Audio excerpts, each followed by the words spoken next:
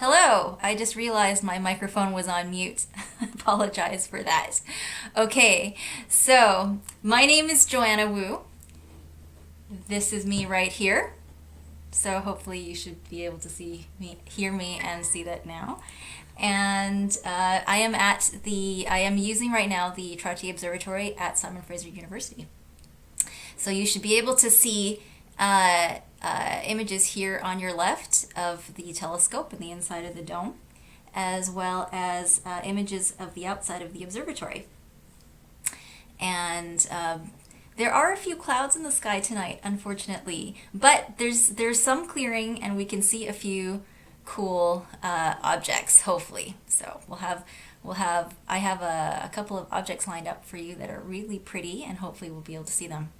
So as you can see from the middle image here, it's pointed towards the west, you can see the sky is still light. It's 10:30 at night. It's not really nighttime yet, but the sky is still light. That's what it's like here in the summer here in Canada. Since we're so far north, the sun sets very late. In fact, there's something that I only learned just recently, and I want to show this to you. I'll show you sunset times in Vancouver, and I want to show you this interesting graph, which taught me that for an entire month between June and the beginning of July, there's actually no real nighttime. Look at this. So nighttime is defined when the sun is below 18 degrees below the horizon. That's astronomical night, true nighttime. But between June and July, we're far enough north that we actually don't get nighttime for a whole month. We get astronomical twilight, but we don't get true nighttime. But tonight, we actually get a full hour or so of nighttime, an hour and a half almost. So we won't actually be here tonight for nighttime. And you can see the effects on the sky. The sky actually looks very blue in these images that I'm about to show you. So tonight, what are we going to look at? We are going to look at, actually I have a few nebulae to show you. The first one I want to show you was the last one that I showed you last time, and I already have it up, and it's actually already pointing and taking pictures of the Ring Nebula, and you can see the sky is so blue. It's still really, really bright because we are that far north. But I'm going to adjust the image as I'm taking this live stack so that the sky looks black, and hopefully you'll be able to see a clearer image of the Ring Nebula. Okay, so I'm going to explain what the Ring Nebula is for a moment here. The Ring Nebula is quite spectacular because it's got these amazing colors that you can see quite clearly. Okay, so what are we looking at? The Ring Nebula is what's known as a planetary nebula, but it has nothing to do with planets. Okay, so it's just, what it is just the remnant of a dying star. So this is probably what the sun will look like in something like 4.5 to 5 billion years from now. This is so what this is, it's a dying star that has given off its outer layers. It's run out of hydrogen fuel. So the core of the star, which was held up by all the nuclear reactions inside the star, there's no longer any hydrogen fuel to burn. So the core is no longer held up by all the energy from the reactions. So the gravity takes over and condenses the star into a very dense core. The outer layers fly away from, or really float away from the main part of the star. So that's what you're seeing here. The red ring. This is the Ring Nebula. The red ring is the remnants of the outer layers of the star. So the inside, I don't know if you can see that very well. I can kind of see it on my screen. I'm going to try to adjust the image just a little bit more. There we go, that's probably better. I'm going to bring this down a little bit here. You can see that the outer part of the ring is red and the inner part is blue. Oh, that's not very good. Let me try to adjust this a little bit more. Okay, the red is slightly too bright. Green is also, okay, I think that's better. Okay, there we go. And every image I take, the blue is starting to go lower, so I have to increase the blue because the sun is setting, sort of. Okay, so yeah, so the outer part is red and the inner part of the nebula is greenish blue. Now, why is that? Every time there's a new image, it gets added. Blue, red gets added, and blue doesn't. Okay, so the reason why the outside is red, so red, it basically comes from hydrogen. And the bluish green tinge comes from oxygen. So what you can see here is that the inner layers of the star, so basically we have, you know, the core, then like the mid layers, and then the outer layers, they're flying away. So when a star burns fuel, it only burns in its core, the inner regions. So it's run out of hydrogen in the inner regions, and that's why it's condensed into this really dense core in the center, and it'll eventually become a white dwarf. It basically is a white dwarf right now. So the outer layers are hydrogen because that the outer parts of the star weren't actually burning. It was just the inner parts of the star, and so the hydrogen was turned into helium and heavier elements like carbon and oxygen, and that's why you see oxygen in the center of this nebula. So this is the Ring Nebula. Okay, so every so often I will be glancing. Oh, I completely forgot. I was going to introduce to you. I apologize. I was going to introduce to you Matthew and Kyle, who will be helping to answer your questions on the chat.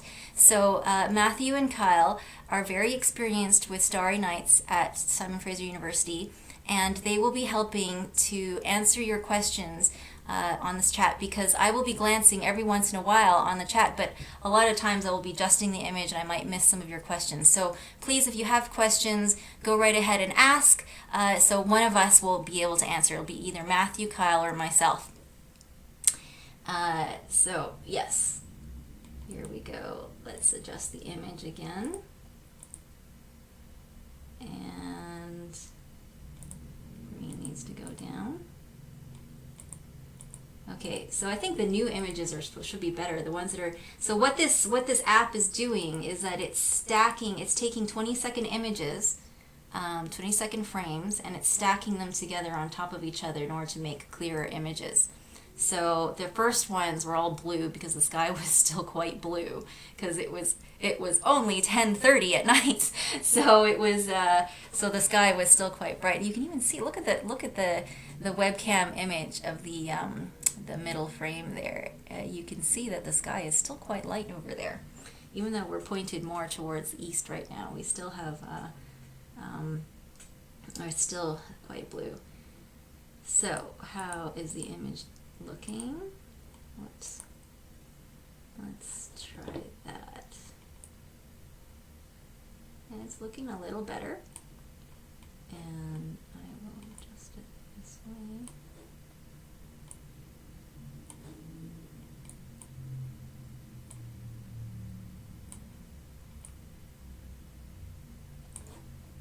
Okay, so this was the Ring Nebula. Oops, now it's disappeared. Where did it go? Ah, sorry, moved too far. Okay, so that was the Ring Nebula.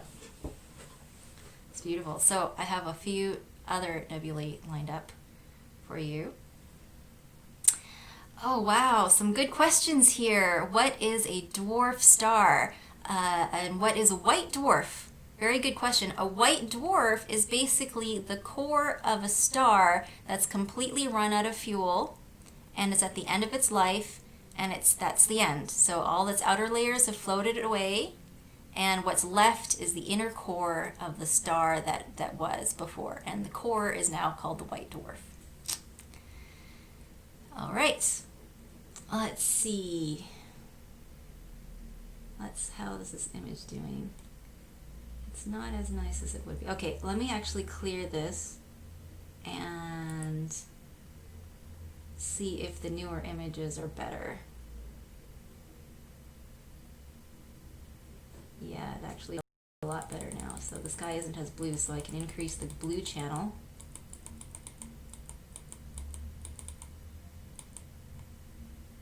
And decrease the red channel.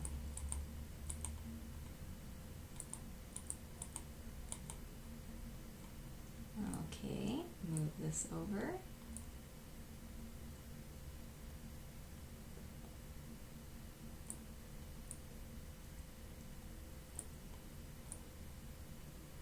Yeah, that's a little better.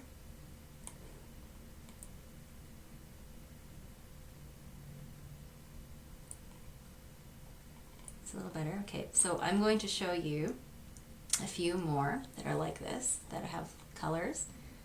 But let me just stack this one a few more times.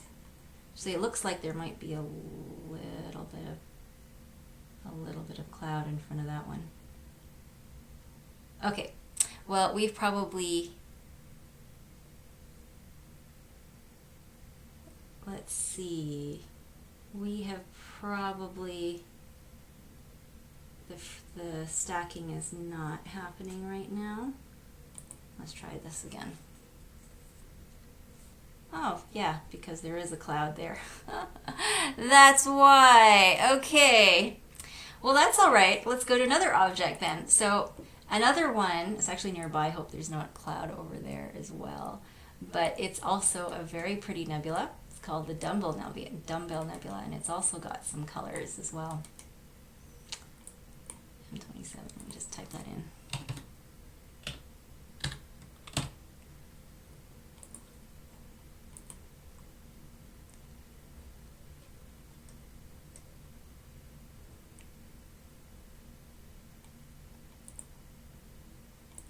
So we'll clear the screen, and let's see if there's a cloud there. I'm taking 20-second exposures on the camera.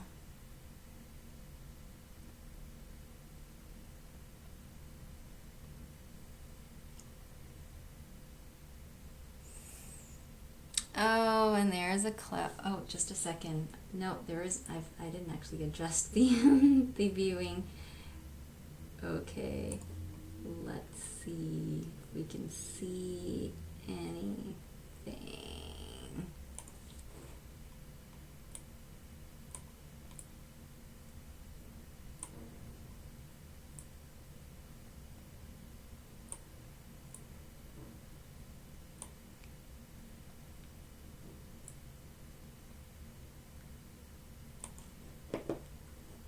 Okay, it looks like there's not a lot to see. I took an image of it last night actually, and it was so beautiful. Unfortunately, it looks like a bit hazy right now. Here, let me clear this and try it again. Unfortunately, there are a few clouds in the sky at the moment. It's not completely clear. As we can see here, it is a bit cloudy. Okay, we'll look in a different part of the sky then. Let's try something bright like a star cluster. Okay, I think it's looking a little bit better in the northeast. So I'm gonna try to see. Oh, there are some galaxies that we might be able to see, although galaxies are quite dim and it might be hard, but we could take a look at, I originally had planned to show you a few nebulae, but I think it's going to be a bit too cloudy for some of the ones I planned. But actually, you know what, I'm going to go to the Hercules Cluster. Because, whoops, the Hercules star cluster. Let's see if that one is visible. That one's a really bright cluster. So M13 is part of the Messier catalog. So a guy named Messier decided to create a catalog, a list of objects that look fuzzy in the sky, because he wanted to make sure that we didn't confuse them for comets. because he was hunting for comets, and he wanted to create a list of objects that stayed put and didn't move like comets did. So that's why there are a bunch of objects that start with M. So this one's M13. It stands for Messier. That's the name of the guy. So this star cluster, let's see if we can see it. Let's clear that. And clear it again.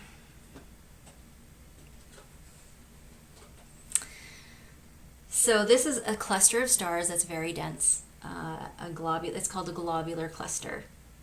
So if you think of a globular cluster has thousands of stars in it. Okay, let's see.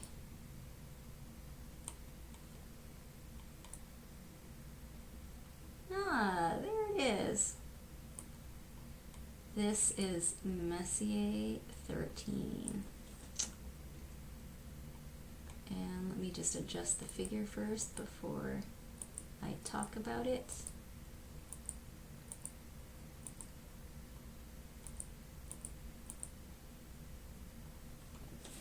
Okay, there we go. Just a little bit more this way.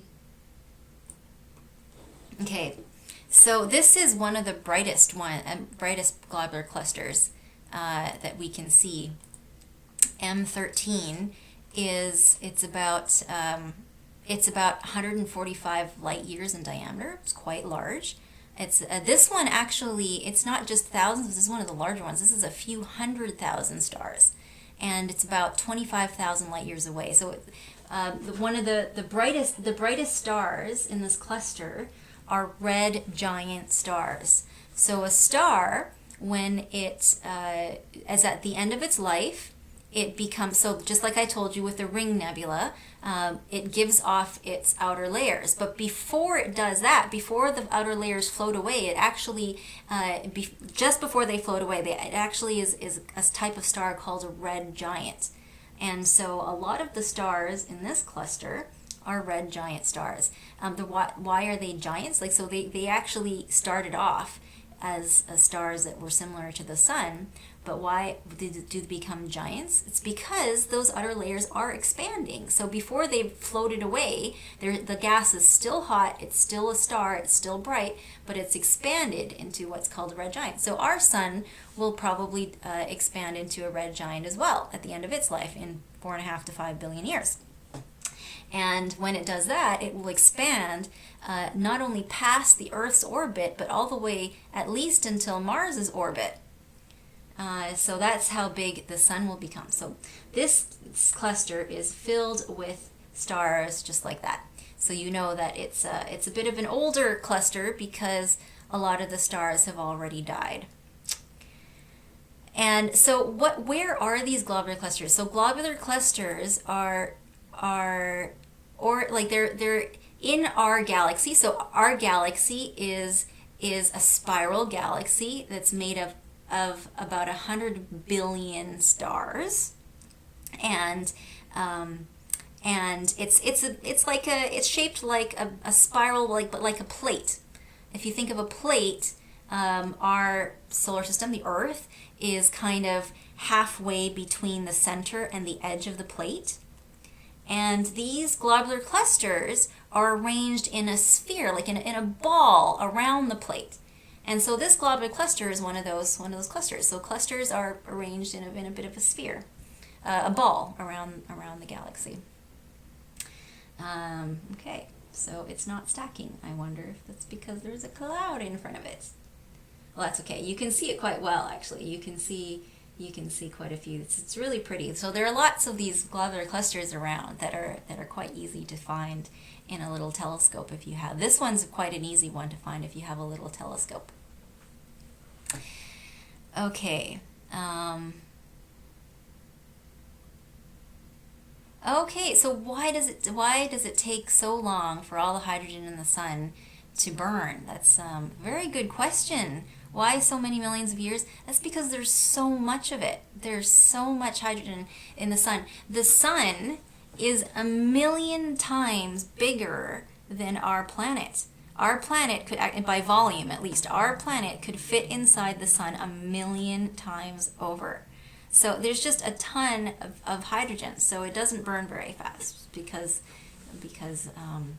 there's a lot of it. And also the reactions that are required to burn the reactions. So you have to have high energy, so it has to be really, really hot. So it's got to be only in the centers of the stars. And so hydrogen is made of something called a proton, tiny little particles that are flying around. And they're flying around so fast that it's not very likely for two hydrogen atoms to collide. So you need a lot of them in order to make a few reactions. And so it's just the likelihood. It just takes a long time. It takes a long time for these reactions to finish up all the hydrogen fuel. That was a very good question.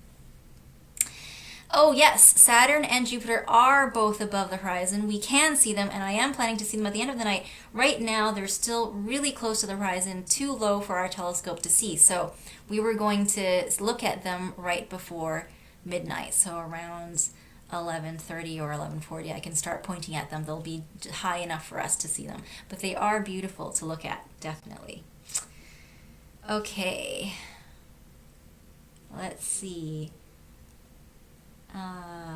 So that was the cloud cluster, so it's not stacking. Actually, let's see if it's because there's a cloud. Let's take a look at it. No, it's actually doing well. I guess the first one didn't take. Well, that's okay. We got to see a pretty globular cluster. Okay, I want to go back to the Dumbbell Nebula and see if we can see it. Oh, there's a little bit of the stacking did not do very well in that case. Okay, well anyways, let's go back to the Dumbbell Nebula and see if we can see that one, the Dumbbell, because it's very pretty and it's like an apple core. It's kind of neat because it's like the Ring Nebula, but it's floated away. The nebula has floated away in two sections instead of, like, the material didn't float away in a sphere. It floated away in two separate sections that are on opposite sides of the star. So that's pretty neat, and I wanted to show this to you. Hope this works. I saw it last night and it was really beautiful, so I wanted to show it to you today.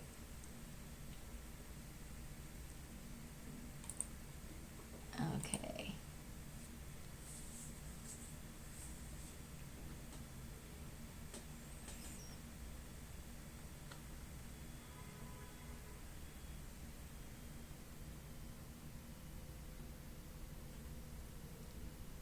All right, let's see.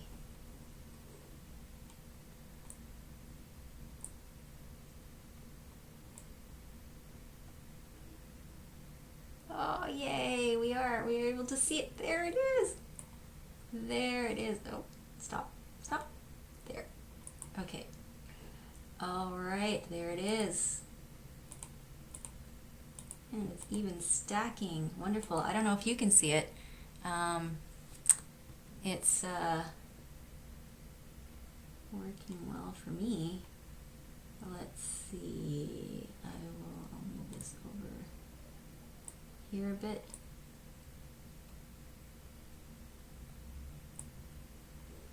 And so I'm just going to adjust the image a little bit before I talk about this cool nebula.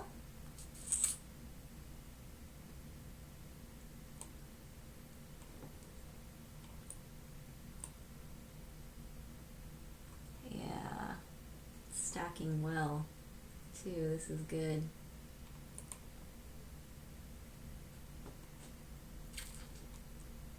Okay, so I hope you can see that just like with the Ring Nebula, we have some red outer layers and some blue on the inside.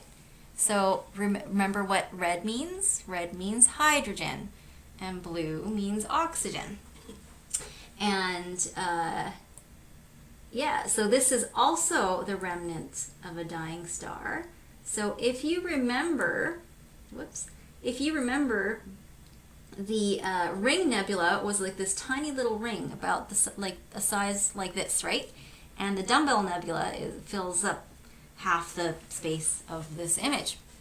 So the Ring Nebula and the Dumbbell Nebula are roughly the same size. They're about 3 light years across. But the Dumbbell Nebula is closer. It's twice as close to us as the Ring Nebula, so it looks bigger. And yeah, it's beautiful. And as you can see, the gas came out of, so the central star is right here. That's the white dwarf. It's become a white dwarf. It's a star. It's the core of the star that was before it became a nebula, before it became a white dwarf. And you can see the outer layers have come out of it in 2 lobes. Why is that? So strange, right? So it's this kind of planetary nebula. It's nothing to do with planets, just the shape.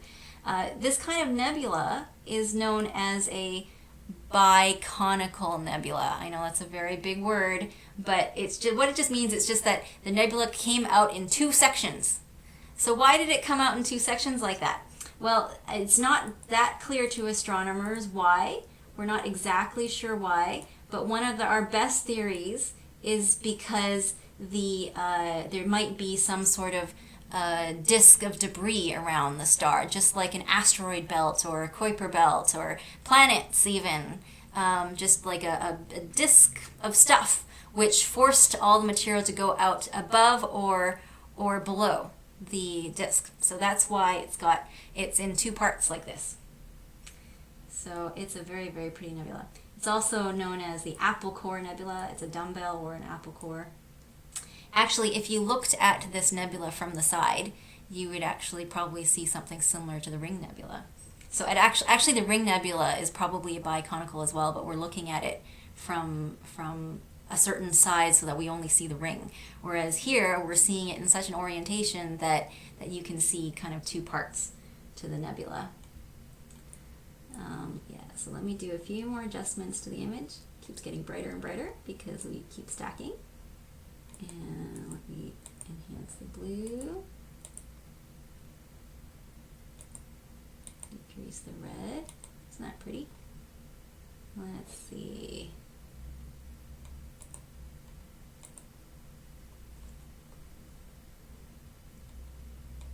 Yeah, it keeps stacking. So it's, I'm going to darken the background a little bit, lighten the foreground. Oops, where'd it go?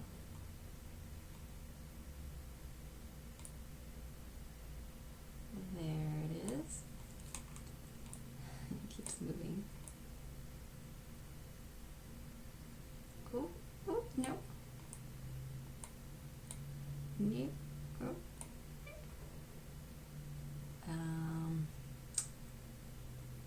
Here, let me adjust it.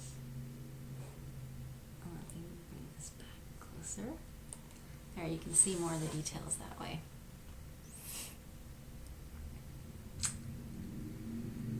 Yeah, so,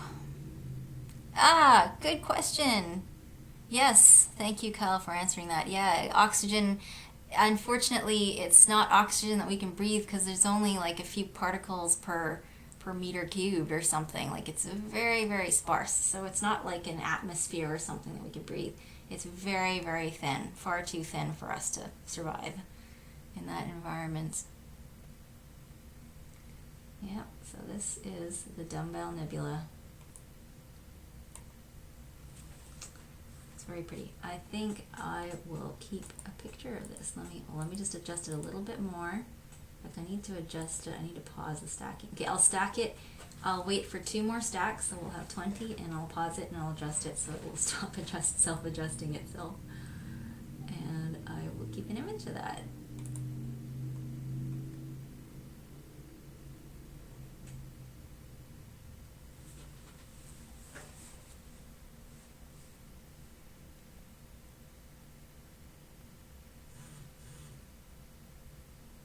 Okay, I'm going to pause it here.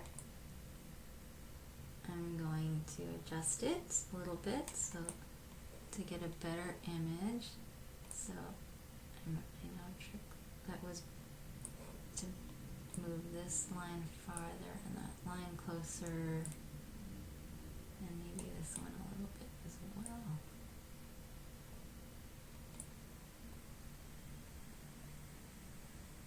Okay, and I'm going to save an image. Save it exactly as seen. Also take a screenshot for good measure. There we go. The Dumbbell Nebula. Okay, what's next on our list? Okay.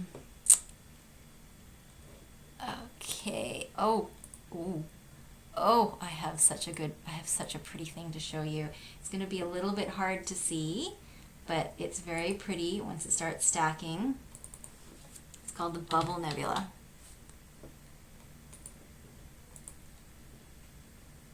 So in the same region, okay, there we go.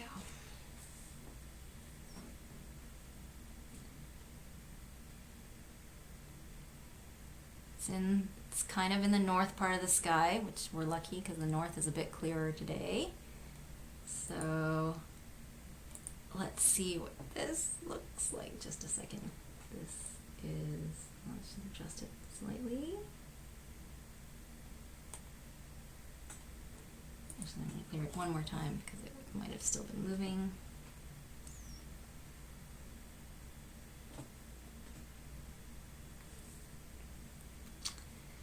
I guess it wasn't meant to be. Actually, let me just adjust it. Maybe I'm speaking too quickly. Maybe it's still fine.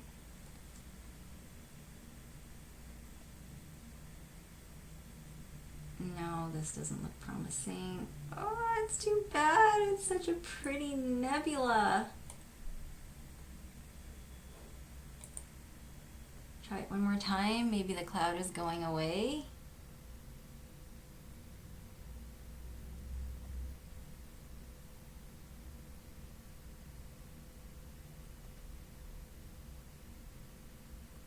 Oh, I think it is.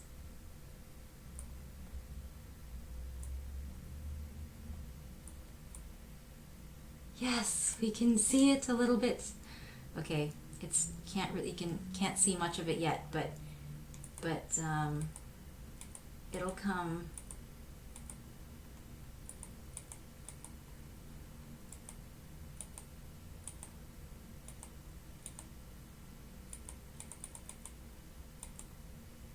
Okay, you can't see much of it yet, but we're almost there. Last night it was so much clearer. I saw it yesterday. I actually did. Yesterday it was supposed to be cloudy, but it was really clear. And today it was supposed to be really clear, and we have clouds. Well, what can you do? At least I'm glad that we have at least some capability of knowing somewhat what the weather will be like in the next couple of days. Okay, the fact that it's not stacking means that there probably is another wisp of cloud coming. Let's try it again. Okay, so we're supposed to be looking at the Bubble Nebula. So the Bubble Nebula is embedded in a huge, gigantic cloud of gas that's forming new stars. And there is a very, very bright star, a very young and bright star that is blowing a stellar wind that created a bubble in this cloud. And hopefully, okay, I'm going to keep, that does look like cloud to me, so I'm going to keep clearing it until maybe we'll have to come back to it instead of, okay, let's just try it one more time to see if it'll appear, because it's really pretty. I'm really hoping we can see it.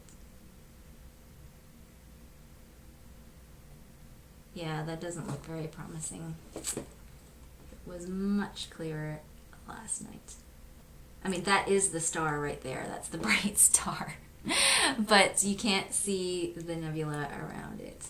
Unfortunately, you can't see it, and no matter... Oh, it's stacking. At least that's good. So it may not, yeah, I mean, at the very first image popped out and it was so clear last night. So I guess it's not going to happen tonight. Okay, what else can we see then? Okay, I am going to try another nebula, a very pretty one. It's in the south. How's the sky looking in the south? Okay, it's not going to be the south tonight. We're going to look in the northeast. I think the northeast is the most promising. That is the northeast, unfortunately. Okay, another thing I wanted to show you. I was going to show you a little bit later in the night, but maybe the Andromeda is high enough right now. So it's 18, 19 degrees. Let's try that one. That was another one I was going to show you. The Andromeda Galaxy is it's the nearest big galaxy to us, and it's about twice the size of the Milky Way. So remember I said the Milky Way is like a plate. It's like a spiral plate, a spiral-shaped plate made of 100 billion stars. Well, the Andromeda Galaxy is about twice that. Okay, let's see what it looks like. The Andromeda Galaxy is about twice the size of the Milky Way, and it's so big and bright because it's our neighbor. It's our neighbor galaxy. We can actually see it with our naked eyes. This is actually not too bad. And there it is.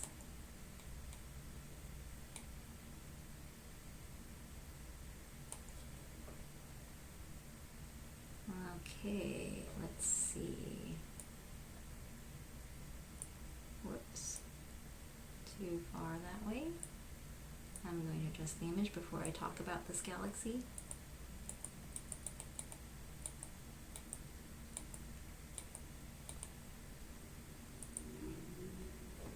Alright, it's not bad. Not bad at all. Okay.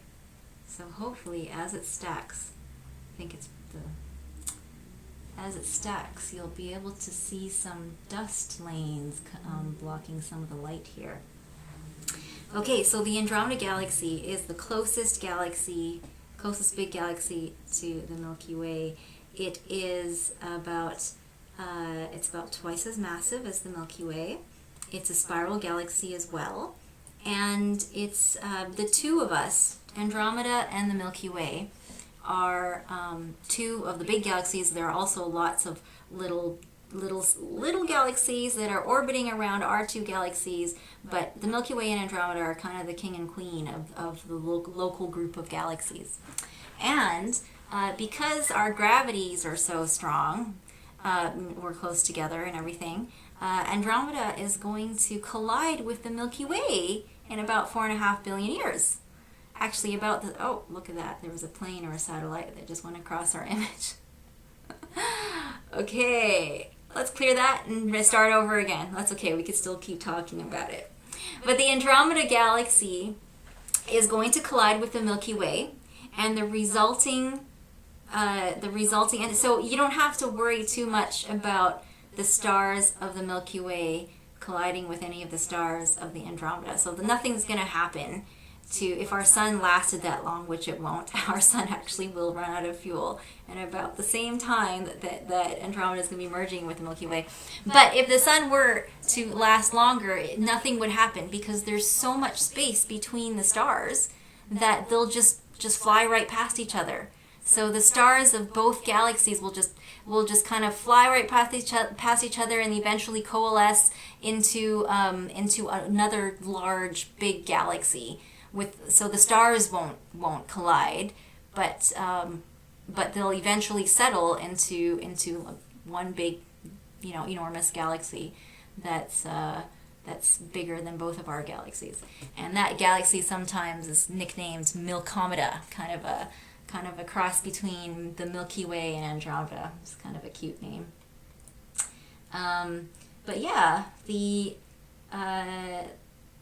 that's the story. So, and the Andromeda Galaxy is 2.5 million light years away.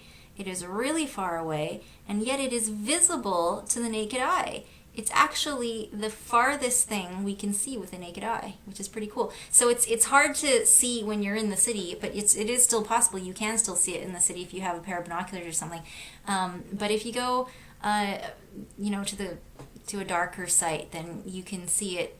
You can see it with your eyes if you know where to look. You just have to bring a little star map, or you probably don't want to bring your phone or your laptop because it'd be too bright. It'll ruin your night vision. But if you bring a map and you know where to look, then it's actually quite easy to see the Milky Way. The Andromeda Galaxy. So galaxies are actually what I study. That's my expertise. I study galaxies and how galaxies evolve, how galaxies change.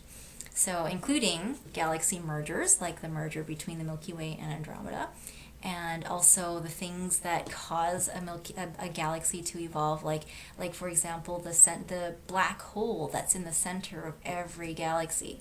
So the Andromeda Galaxy has a black hole, and so does the Milky Way. And that black hole is so massive. It's like the one in our galaxy is about 1 million times the size of the sun. And the black holes sometimes eat up fuel from gas that's just coming in, flying around. And when a black hole does that, it actually creates what you can think of like a burp, like a really energetic burp that sends enormous amounts of energy through the galaxy that can change the evolution of a galaxy. Actually, at least that's one of the leading theories for the causes of galaxy evolution. So that's the Andromeda. Oh, the frames have not stacked. Okay, let's clear it and try it again. Maybe there's a cloud. Oh, yes, there is a cloud, it seems. Yeah. Too bad. Well, we had a view of the Andromeda, so at least we got to see it and we got to hear about it. Okay. Can we see another view? No, unfortunately not. I think the fact that this is all bright means there is a cloud in front of Andromeda. That's okay. We can see something else. We got to hear lots about Andromeda. Let's look at something else. Okay, so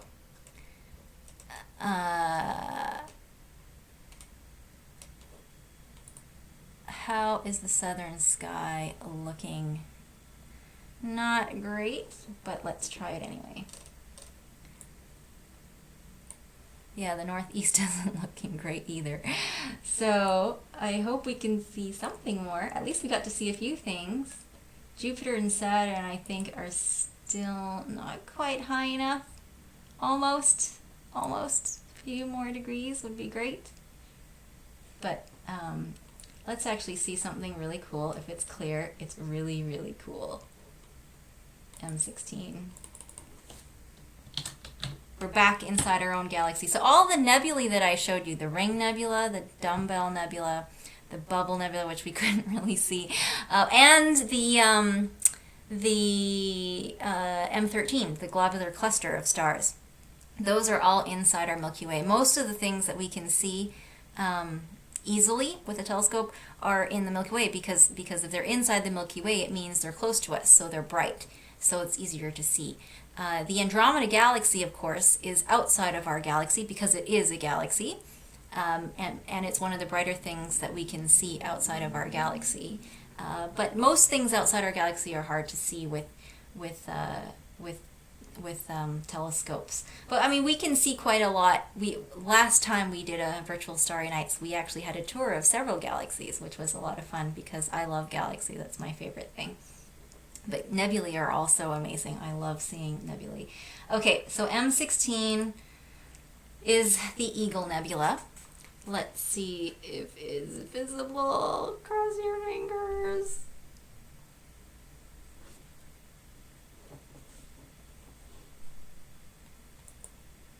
Okay, here goes.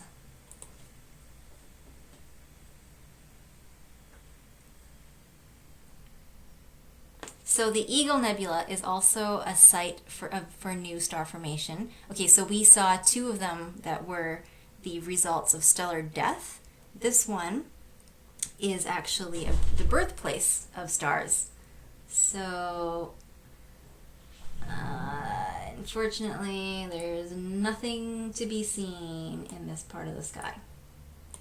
Cloudy. All cloud. Okay, so we won't look at the Eagle Nebula. What else should we see? What else? Actually, why don't we try Jupiter? Maybe it is slightly low. You know what? I'm not going to do it. I'll wait a little longer. Probably another 10-15 minutes and we can look at Jupiter. Still too low in the sky right now. Okay, well, let's try something else. What part of the sky looks clear? Okay, let's try the north.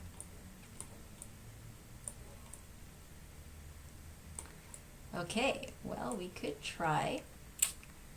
Oh, M94. M94 is a good one. It's a galaxy. So now we've jumped back to galaxies. It's actually a pretty bright galaxy, so hopefully we can see it.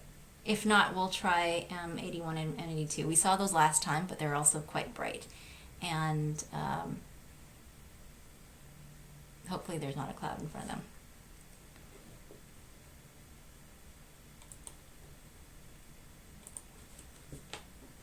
Okay, cross your fingers.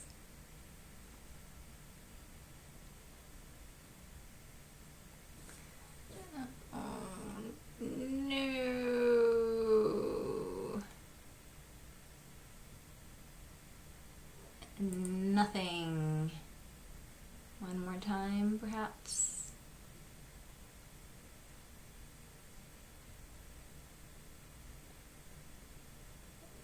Nope. That is a sure sign of cloud. Okay. That's all right. Where else should we look? Yeah, the skies really do not look great. Let's see.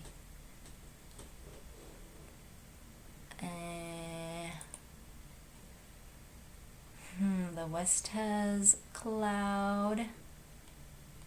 The east has cloud. The north has cloud. Yeah, it's starting to get pretty overcast. So if the clouds do kind of look a little bit thin, so there are some things you can still see through thin clouds. Actually higher up, maybe we could see something higher up, closer to the zenith. Let me think what would be a fun object to see. You know what, I'm going to try M81 and M82 again, because those are always very pretty.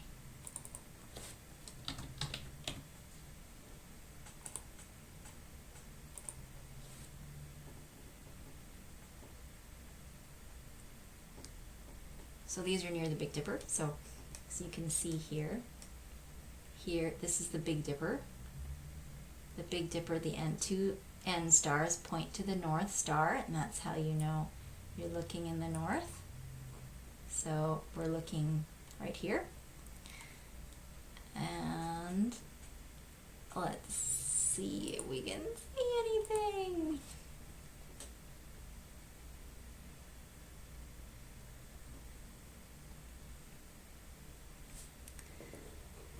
Seen the questions in a while.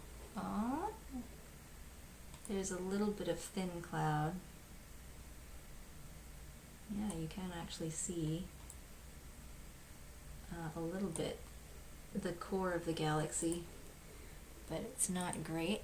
I'm going to reset that and see if it's any better.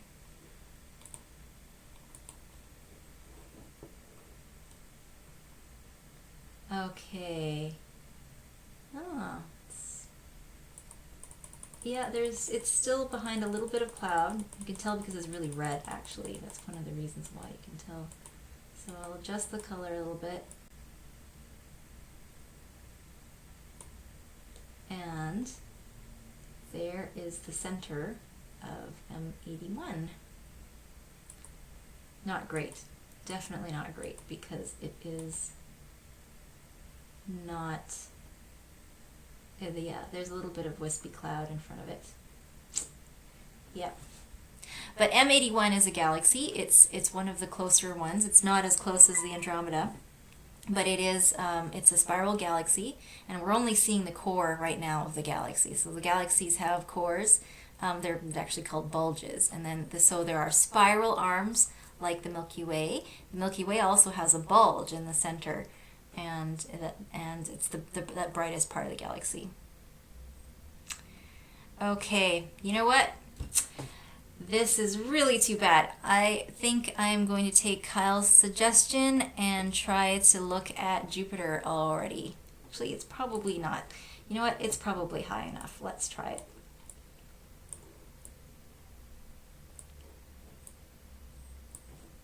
Jupiter is, of course, the largest, whoops, is it going to Jupiter or is it going to M81? I think it's going to Jupiter. Yeah, it's going to Jupiter. It's a little low.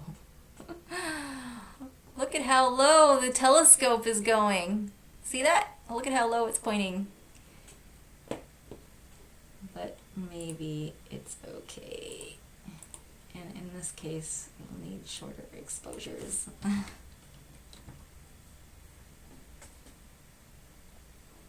No, it's too low. It's too low. It's below the shield of the telescope. We'll wait a few more minutes. It'll go up higher. I mean, we did take a look at it earlier.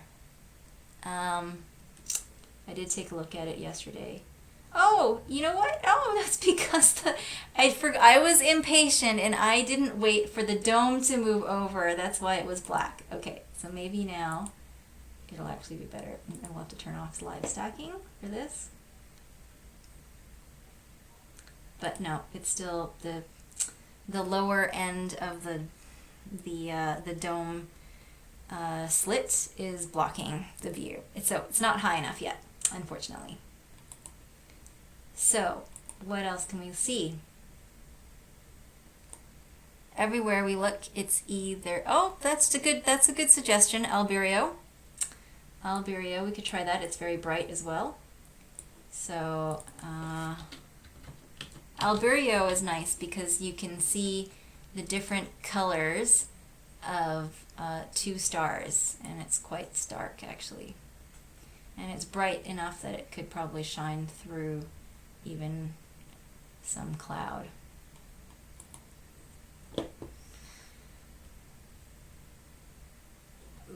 Probably needs more than 2 seconds.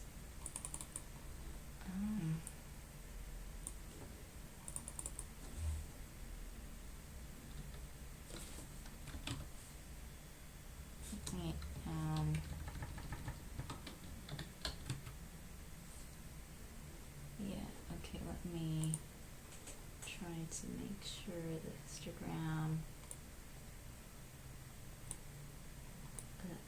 adjust the image. Oh, there we go. There it is. Okay, so this is Elbrio. It's actually not a single star. It's the name of a single star, but it's actually not a single star. It's 2 stars. And the reason why Elbrio is cool is because the 2 stars are different colors, and you can really tell. Look how different they are. Okay, I'm adjusting the image a little bit just to make it more more like an image. There we go. Yes, adjusting it a little bit. But you can see very clearly there's a blue star and there's a red star. Oops, what happened? Okay, yes. So so this is Elbrio. It's in the tail. I'll show you where it is. It's visible with the naked eye. It is in Cygnus the Swan. So Cygnus. So if you look in the sky, these bright stars, Vega, Deneb, and Altair form the summer triangle. And kind of right smack in the middle almost is Elbrio. It's visible with the naked eye. It forms the end of the Northern Cross. So this is also known as Cygnus the Swan, the head of the swan. So I think that's the head, and that's the tail, and these are the wings. And so that's Elbrio right there. It's very easy to find. And what does it look like? So it's two stars. One is blue and one is red. And the colors actually tell you a lot about a star. A blue star, so I normally, if I were with you all in person, I'd ask you, which one do you think is hotter? But it's harder to get responses. I know there's a little bit of a lag between when I speak and when you hear what I'm talking, what I'm asking. So I'll just tell you right now. Well, I give you a minute to think maybe.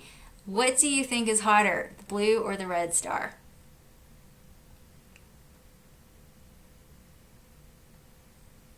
And the answer is that it's the blue. The blue star is hotter. So if you think about it, a blue flame is hotter than a red flame. Blue stars are hotter. They tend to be more massive, and they tend to be shorter lived as well. So very good if you thought in your head blue. The blue is hotter. The blue stars are also bigger. So the fact that the red one here is brighter is not because it's bigger. It's just because it's closer to us. So this is not an actual like gravitational binary star. Like it's not like they're not gravitationally linked. They just happen to be together in the sky, but one is a lot closer to us than the other. Oh, Kyle spoiled the question when he was talking about galactic age. Oh, good. Good, I'm glad. Yes, that's right. So blue stars do tend to be the younger ones, because if you see a blue star, they don't live very long. So if you see it, it can't be very old. It can't be more than 10 or so million years, because they don't last that long.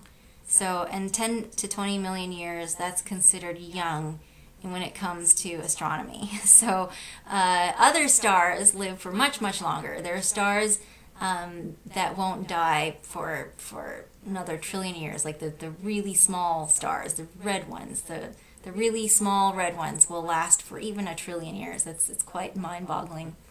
But the blue ones don't last very long. They last for about 10 to 20 million years. So, good question. When is the best time in the morning to see Comet Neowise? So, yes, there's lots of news about this comet in the sky, and it's the comet is visible around 4 a.m., 4:30 maybe, just before sunrise. Because it's not that far from the sun right now, the sky will be quite bright at that time, so you'll really have to squint and look and maybe use binoculars to see where you can find it. Binoculars will help quite a lot. And it'll be in the northeast or so. But in the next couple of days, apparently, the comet will be moving towards the evening sky.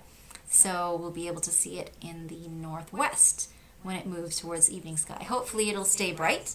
It's not guaranteed because comets are a bit unpredictable in that way, but hopefully the bright tail will last when it moves around to the evening, and it'll be easier for us, at least for someone like me, to see, because getting up early is definitely not my thing. Staying up late is more my thing than the morning. Yes. So, yeah, thanks for the suggestion about Elbrio. It is a very pretty pairing. So the sky is starting to, it's 11:30. The sky is really starting to cloud over, unfortunately. Look, even Elbrio isn't stacking. Look at that. I'm afraid to clear it because we'll lose this image. In fact, why don't I save it right now, just before I clear it. Actually, I'm going to adjust it a little bit. And save it. And yeah, and if I clear it, I'm sure it'll go away because I'm sure there's a cloud there. I don't think there's much more we can see. I can try again with Jupiter. That was about the time I was going to try it anyway. How high is it now? It's about 14 degrees high. Let's try it again. Because why not? We have a telescope. Let's look.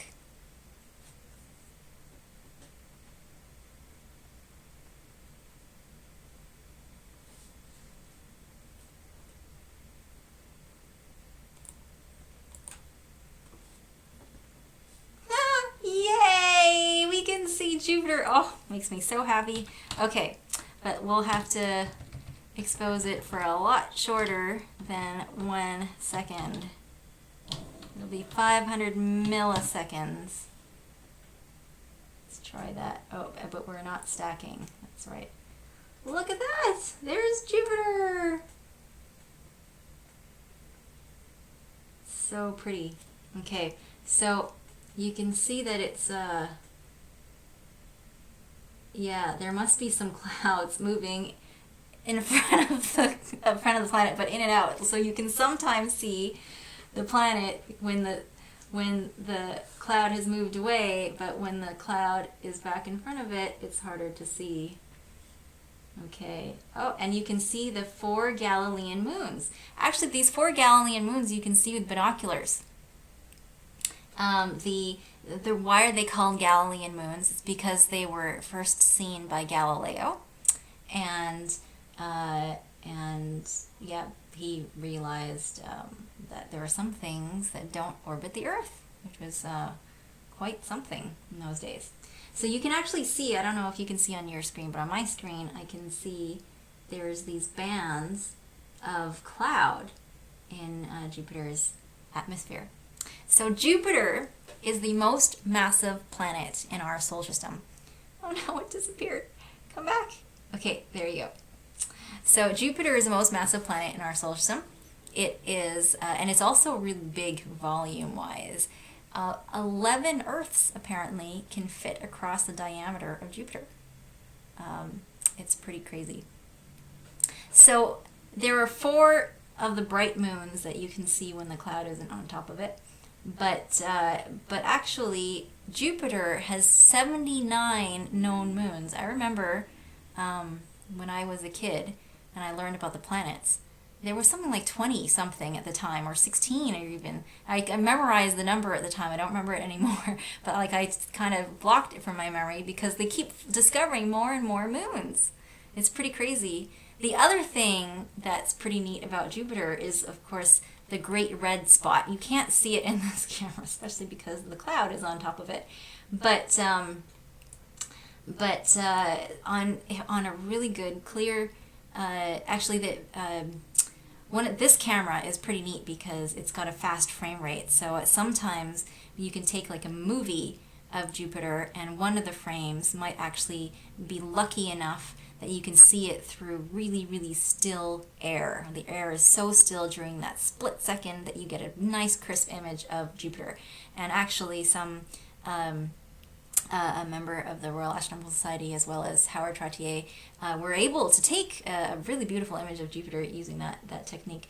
I think there's, oh yeah, the cloud came, okay, the cloud, oh no, come back. Oh well, okay, so I'll keep talking about Jupiter and we can wait for it to come back. Yeah, so you can't see it that well in this image, but if you look on images online, Jupiter has this enormous storm on it called the Great Red Spot. It's quite red. Right now, it's about the size of one Earth. So if you imagine the planet, you can fit 11 Earths across the diameter. But the Great Red Spot is a big hurricane that's about the size of Earth, which is kind of crazy. It's really big. But it's actually been shrinking. I remember when I was a kid and I was learning about the planets, and I definitely memorized that the Great Red Spot was the size of 3 Earths, that you could fit 3 Earths across the Great Red Spot, and now it's only the size of 1 Earth. So that storm is decreasing in size. It's kind of neat to think about. That it changes so much in just a few years. Yeah, okay, so it's coming in and out. Another really fun fact about Jupiter actually is that it has, just like Saturn, it actually has a ring, but you can't see it. Like, in fact, we didn't even know about the ring around Jupiter until we sent a spacecraft over there to take pictures, and they discovered the ring around Jupiter, which is kind of neat. Okay, so speaking of rings and planets, Saturn is actually right by Jupiter. So Jupiter, both Jupiter and Saturn are very close to their closest points from Earth, so it's called opposition. The position in their orbit and our orbit is such that we are directly between Jupiter and the Sun. So that means we're the closest to Jupiter, which means it's the brightest time to see it. It means that it's the biggest in the telescope. It looks the biggest in the telescope.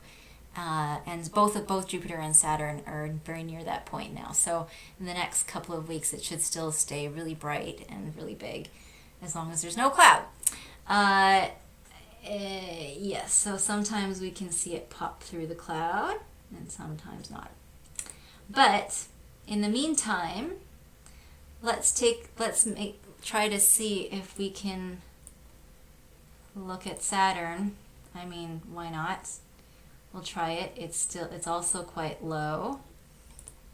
We can see if this will flash in and out. Oh, and there it is! Look at it! Wow. Okay, maybe I do recall that it needed a bit of a longer exposure.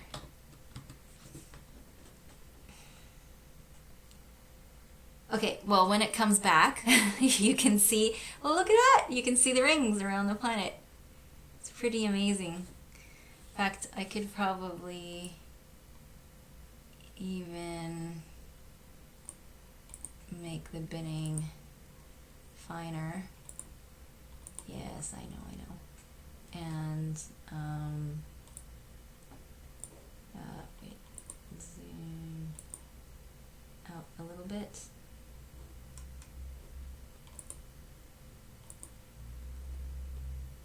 Okay, yeah, there it is. There it is. Pretty cool, hey? That is Saturn. Oh no. Okay, well, it'll come back. So, some fun facts about Saturn. This is something that I did memorize as a kid, and I still remember it, and it's still true, at least. Saturn is less dense than water, which is really fun, because if you had a gigantic bathtub and you dunked Saturn in it, it would float, assuming there was also gravity, about the same gravity as Earth, and so on and so forth. But Saturn is less dense than water. It's pretty neat. Pretty neat fun fact. Okay, so the rings. What about the rings? The rings have a diameter, the diameter of the ring, so from end to end, is about the same as the distance between the Earth and the Moon. Isn't that crazy? They're so big. And yet, guess how thick they are? They're only like 20 meters thick. Isn't that crazy? So like these rings are incredibly thin and big. So why is it that, what is it that, what are the rings made of? So apparently the rings are made of mostly water ice with some little rocks here and there. And there are a bunch of different theories as to how the rings formed. One of them being that maybe it's some remnant of some moon collision or some moon collision that stripped off the outer ice layer of a moon. They could be also from the geysers on one of the moons from Saturn. Saturn also has tons of moons, by the way. I don't actually remember how many moons Saturn has. Back in the day when I was a kid, it was something like 30, but I'm sure there's way more now that have been discovered. Yeah. So, somebody asked a good question. If Jupiter were a lot bigger, would it would be a brown dwarf? Yes. Oh, that wasn't a question, that was a statement. Yes, that's true. If it were, I can't remember how much bigger, something like a few times bigger, it would have been a brown dwarf. And even a few more times bigger than that, then it would have actually started burning hydrogen fuel like a star. But it's a planet. It's not big, so it's not big enough, so it's a planet. Oh, look at that. There's a little window within the cloud. Let's break back down. Oh, okay. It's gone now. Yeah. So those are some fun facts about Saturn. Okay. Let's see. Oh, come back. Okay, I'm going to try to look through some of the questions. I don't know. I think it seems like Matthew and Kyle have done a great job in answering most people's questions. Let's see. Can you ever see Titan with the scope? So actually, yeah, we should be able to. It's not that dim, but I actually have not tried looking. I haven't really seen. I haven't really looked at Saturn a whole lot through the scope, but in theory we should be able to. I don't see it now. Like you'd have to overexpose Saturn in order to see it because Saturn is quite bright. Can we see Mars? So Mars isn't gonna rise till later, so it'll be too low in the sky before we sign off tonight.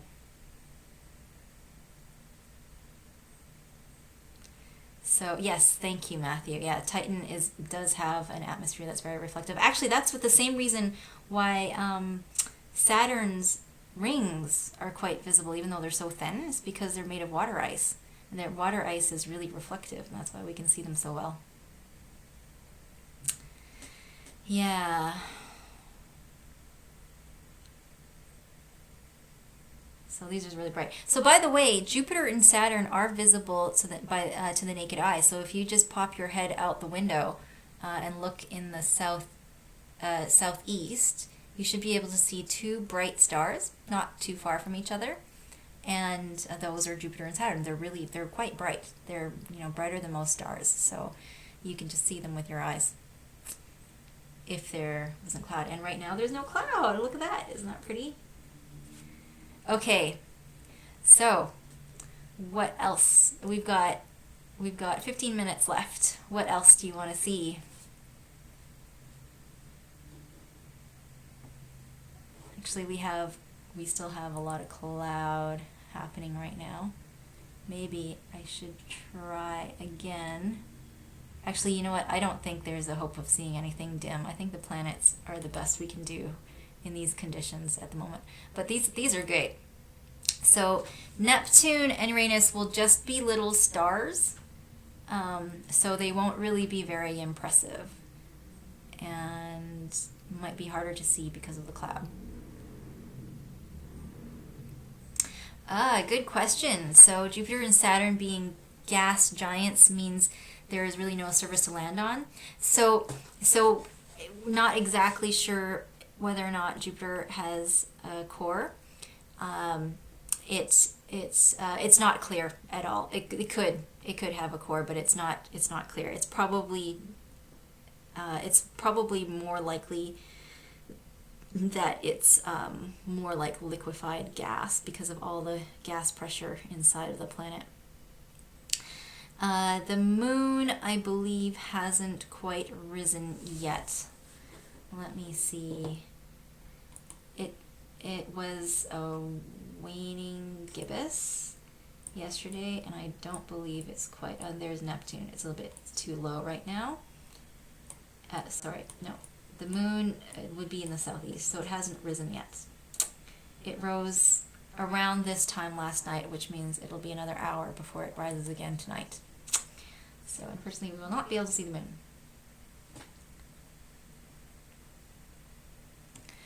Okay. Are the moons within the distance of the rings or further out? Oh, great question for Saturn. So there are some moons that are actually within the rings. So some of them are actually the cause of some of the gaps that you can see in the rings. Most of them are farther out from the rings, but there are some within the rings as well.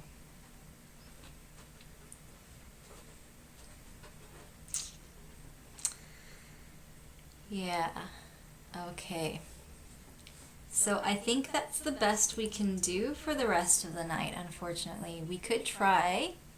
Let's see, how is the north looking? It's not looking great. What time is it? We have 15 minutes. We could try. We could try something. Let's try something in the north again. Actually, I wanted to try the north.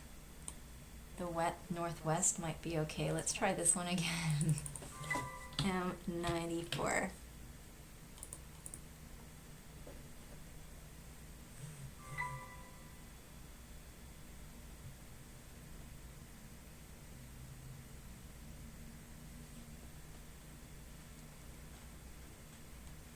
Okay.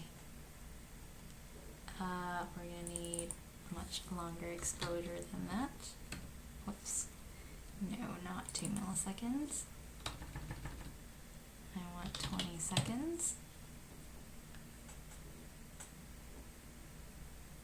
And we're going to need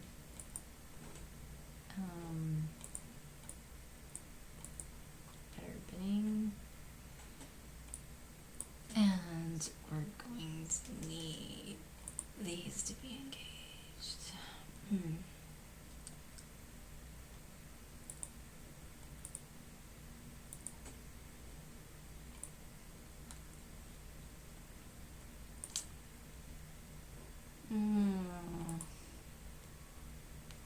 Sorry, let's do that again.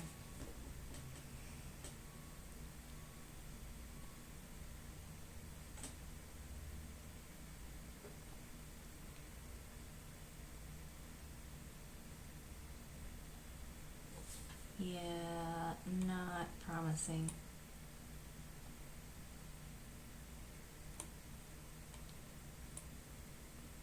Okay, unfortunately it's too cloudy. It really is too cloudy. You could see that with Jupiter and Saturn. In fact, you know what? Let's go back to Jupiter. Jupiter was really cool. I'd like to see Jupiter again. Because Jupiter, actually yesterday, it was really amazing. I saw one of the moons cast a shadow on Jupiter, which was pretty amazing. In fact, you can. There are apps online that show you, like, predict when this will happen, when you'll get shadows of the moons on the planet, and it happened last night, and it was so cool. But now, unfortunately, all the moons are too far away from the planet to cast any shadows. So we will not be able to see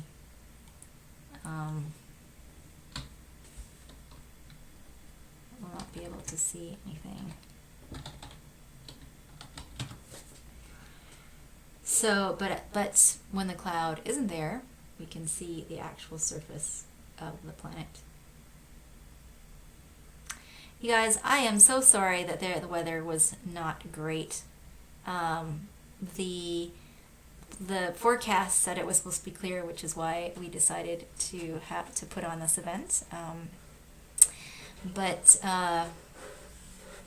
Oh well, we can't predict weather that well, so it's actually kind of nice to have things that are not in our control sometimes. You know, we do have things all lined up so well in our lives, and sometimes it's healthy to have to be humbled by the fact that there are many things in our lives we can't control, including the weather.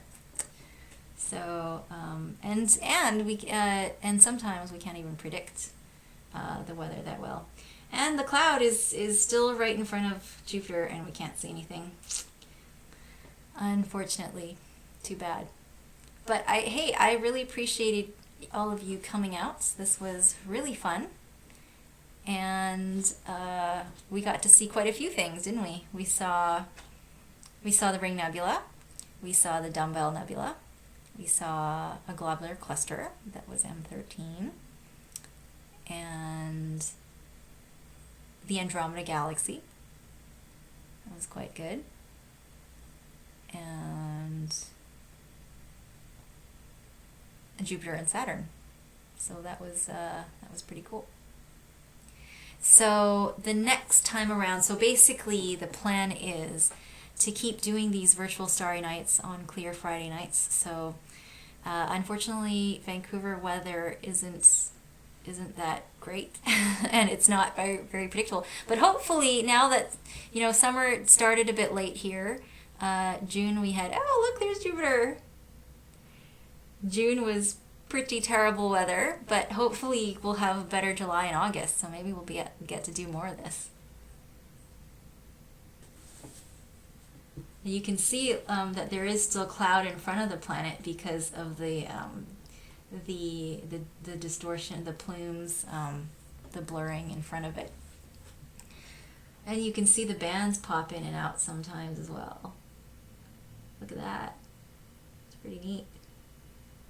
Actually, through the night, if you observe Jupiter for several hours, you can actually see the moons orbiting the planet. It's quite cool to see. And in fact, that's actually a student project I had some students do in an observational course that I once taught, where I got this, where the students just took pictures every hour or so throughout a night, and were able to measure the mass of Jupiter using how they measured the orbits of the moon. So they were able to measure the mass of Jupiter using Newton's laws. It was a pretty cool project. And you can just do that over the course of one night even. You can get a pretty accurate number for that. So thank you all for coming, and thank you Kyle and Matthew for being such a great help with the questions. And yes, somebody asked about the loyalty card. So we are not doing so people who already have a card, they can continue to claim their credit for their telescope, but we're not giving away loyalty cards at this time because it requires an astronomy workshop, which we can't put on at the moment, unfortunately, because of the situation. But as soon as we're allowed to, we'll definitely do another astronomy workshop again.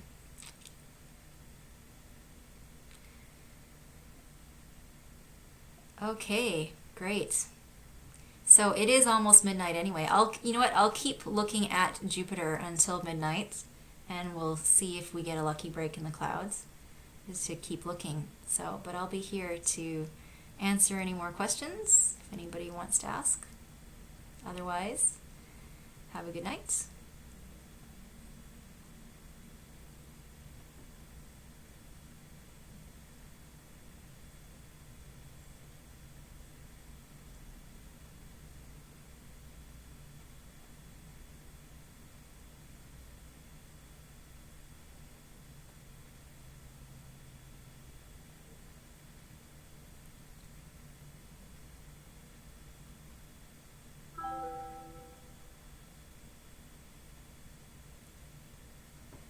So still no Jupiter.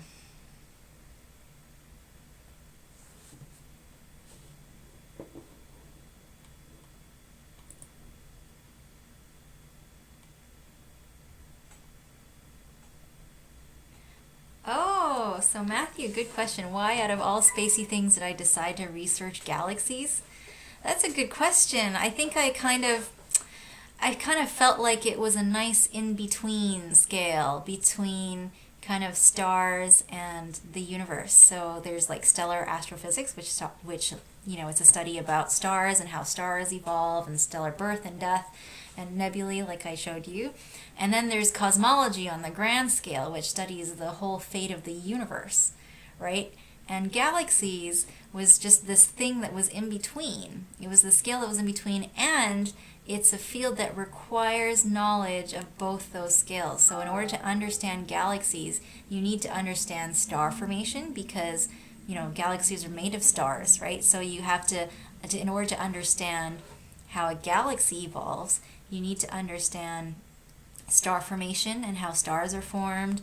So one of the main questions of galaxy evolution actually is, why do galaxies stop forming stars? It's a process that astronomers like to call quenching, so the quenching of star formation. And so you have to understand stellar processes in order to understand galaxies. But you also need to understand some cosmology as well, because you have to understand the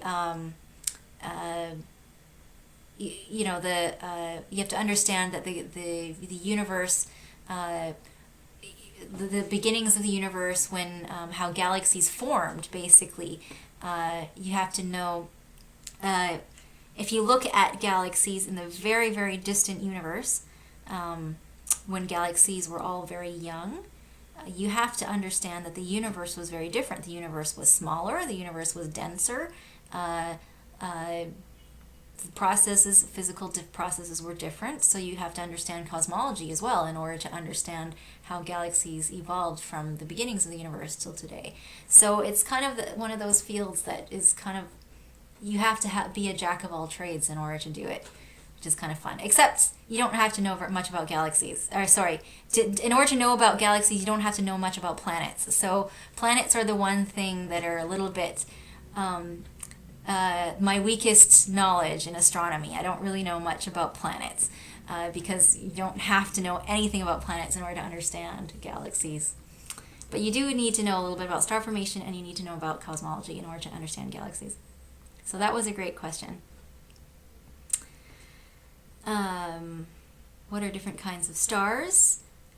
So stars, they're the ones that are the normal middle-aged stars, like the sun, and the astronomers call them main sequence stars. So they're just normally burning hydrogen. And then there are ones that are near the end of their lives, so they expand to a red giant, so they're red giant stars. So the normal stars, red giant stars. Then red giant stars eventually either become white dwarfs or neutron stars. So both of those are basically the end of life for a star. And yeah, so among the normal hydrogen burning stars, you can split those up into different categories too, and they're normally split by mass. So they're the really, really little ones, the red dwarfs, and then the really, really massive ones, they're called the O and B stars, the massive blue hot ones. So you can split them up into like a zillion different categories. So I'm not sure exactly if that was too detailed or what kind of detail you wanted. But you could split them up into many different kinds. Why different colors? Yeah, so that's a very good question. Well, it's basically it's anything that gets hotter will look bluer, and anything that's cooler will look redder. So the different colors basically reflects the temperature of the star.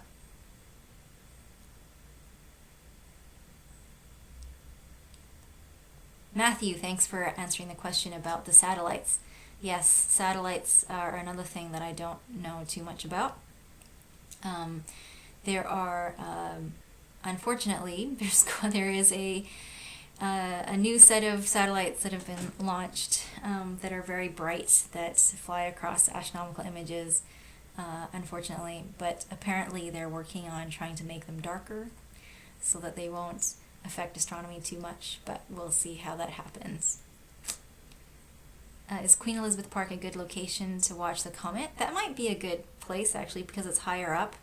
As long as you have a clear view of the northeast, it should be because it'll be close, really, before the sun. It's going to be quite close to the sun. Yeah, make sure you have a clear view of the northeast.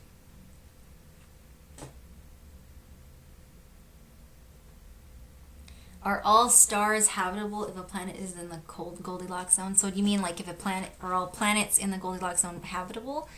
I know that it's not true that they're all habitable. So Goldilocks zone just means it's just the temperature is right, but we have to know whether or not the planet has an atmosphere, or if they're, what kind of atmosphere. I think technically,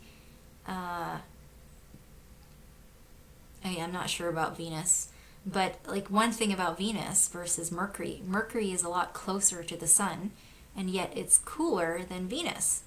So Venus is farther away from the sun, and yet it's hotter. So the reason is because Venus has this really thick atmosphere. So it really depends on the atmosphere of the planet, actually. So the temperature is one criterion, but also the atmosphere is important for life.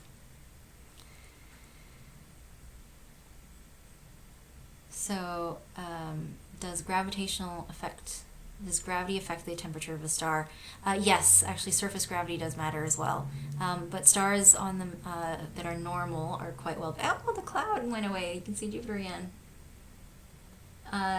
Stars that are normal are pretty well behaved. So the densities of stars are pretty regular on when they're normally hydrogen burning.